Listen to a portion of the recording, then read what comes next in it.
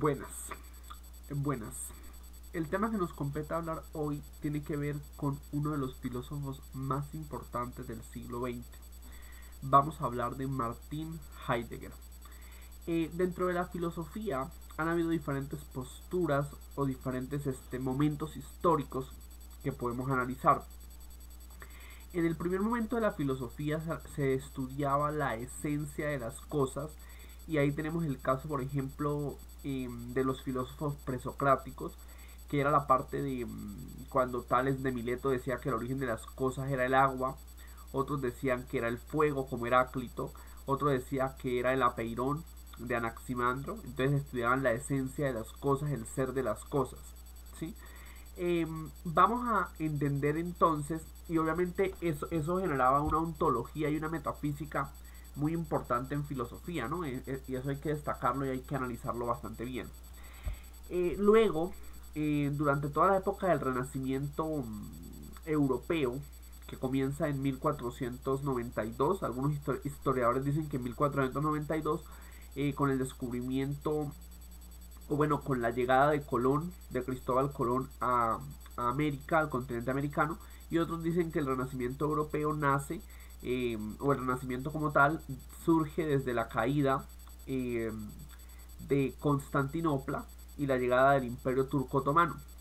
Bueno, en ese contexto y durante toda esa época del Renacimiento, pues obviamente el sujeto toma una importancia capital, lo que es el sujeto humano como tal, y pues y después más adelante uno de los filósofos más importantes, que es Immanuel Kant, que es un filósofo alemán, pues también hay que destacar que pues Immanuel Kant se encarga de darle las 12 categorías del sujeto kantiano, ¿sí? Que para analizar la realidad, el sujeto tiene unas categorías a priori o antes de o anteriores a la experiencia, digámoslo así, o a la parte de los sentidos.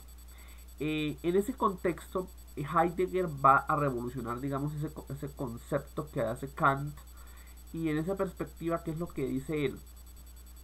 Que realmente, y obviamente Heidegger va a influir mucho en otros filósofos muy importantes, como son Sartre, aunque Sartre pues no lo quiera reconocer, Jean-Paul Sartre, que es un filósofo francés, a veces no lo quiere reconocer, pero realmente en Sartre se ve mucha influencia de la obra de Heidegger, ¿sí? Heidegger, ¿qué es lo que plantea? En su obra más importante, que se llama Ser y Tiempo, de 1927. ¿Qué plantea este filósofo? Plantea que nosotros como tal, nosotros como seres humanos, realmente nosotros salimos eyectados al mundo, y que digamos nos vamos constituyendo como seres humanos, como seres, como sujetos, como personas, en el marco de nuestras decisiones, ¿sí? De acuerdo con las decisiones que tomamos es que se va configurando nuestra esencia como sujeto, ¿sí me hago entender? Este cuento de las 12 categorías del sujeto kantiano, que el bebé o que el niño pequeño ya nace con esas 12 categorías del sujeto kantiano, él deja esa idea como fuera. Se basa mucho en el empirismo, digámoslo así, Heidegger, y dice que, pues digamos, nosotros estamos eyectados al mundo, es una es una eyección existencial, digámoslo así, porque estamos obligados a estar en el mundo, digámoslo así. No es que algo que no es algo que nosotros queramos como tal, sino que estamos obligados a estar en el mundo, y en el marco de nuestras decisiones pues configuramos nuestra personalidad, nuestra esencia, y bueno, todo lo que también se estudia en psicología con psicólogos como Sigmund Freud y todo esto. Más adelante pues muchos filósofos del siglo XX van a estar de acuerdo o en desacuerdo con Heidegger, y de acuerdo con eso pues van a postular pues sus pensamientos, sus posturas filosóficas. Eh, la postura más importante es la de Sartre, digámoslo así, digamos es uno de los filósofos más importantes, que lee a Heidegger. Él dice que dentro del existencialismo filosófico que plantea eh, este Sartre en su obra, aunque obviamente el existencialismo nace ese con Kierkegaard, que es de Dinamarca, pero entonces, a ver, lo que plantea Jean-Paul Sartre va a tener que hablar del marco de las decisiones. Entonces Sartre va a decir que la existencia precede a la esencia.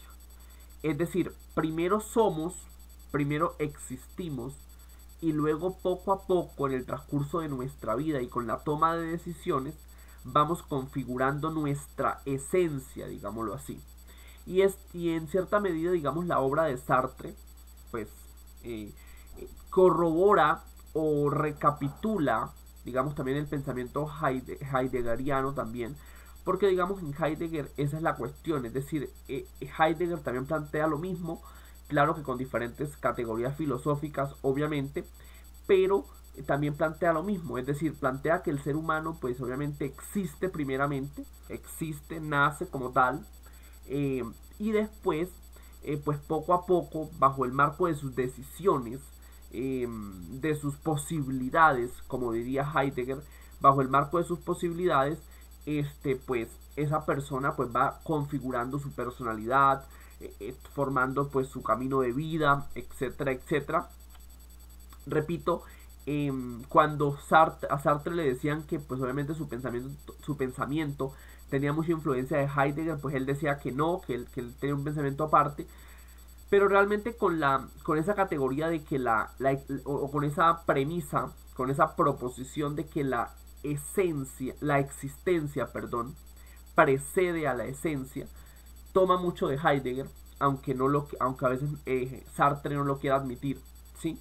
Y obviamente pues antes en la filosofía por ejemplo del idealismo alemán con Kant y con Hegel, la premisa era al revés, es decir, la esencia precede a la existencia.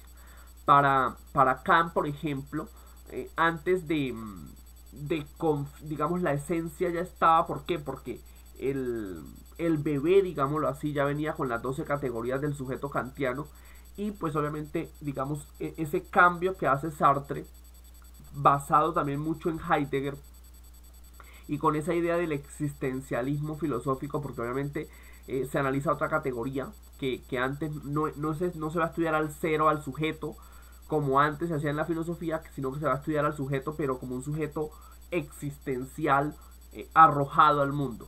Tanto en Sartre como en Heidegger tenemos a un ser existencial, a un sujeto humano existencial arrojado al mundo, que va configurándose poco a poco en el marco de sus decisiones.